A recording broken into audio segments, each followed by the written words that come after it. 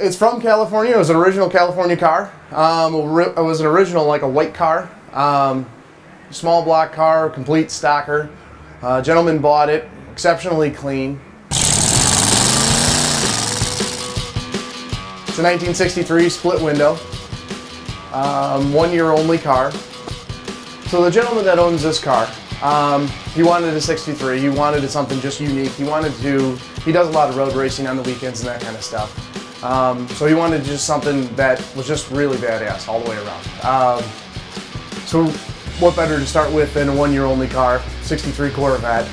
And we started from that. He wanted to drive it on the street as a daily driver, but on the weekends he wanted to take it to the track and beat it up, have fun with it, and be able to drive it home afterwards.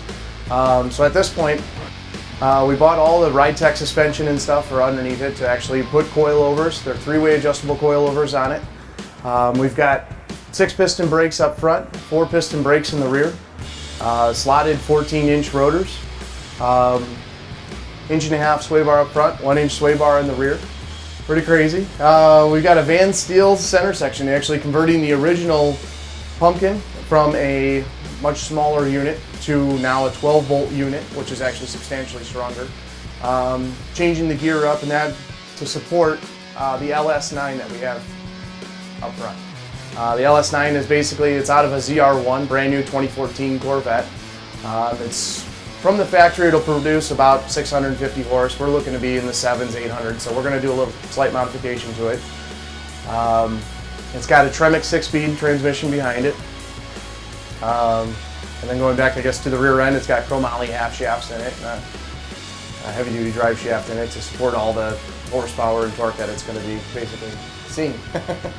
We actually started with the motor and trans. We brought the brand new LS9 in, the Tremec 6-speed transmission, and we started mating them to the original chassis and how we can get everything to fit within reason. You know, everything that we do, we want to make sure it's got form and function behind it. Everything needs to be accessible, serviceable, as well as just, especially in this application, strong as heck. So everything from underneath, we actually started building a tubular girdle system, almost, if you will, to support the motor and trans. The old cross member was cut out. We actually made a whole new transmission cross member and rear bars, keeping in mind that what we had to do if we had to service the transmission, you know, so everything was removable in segments. We'll still have support in the right areas.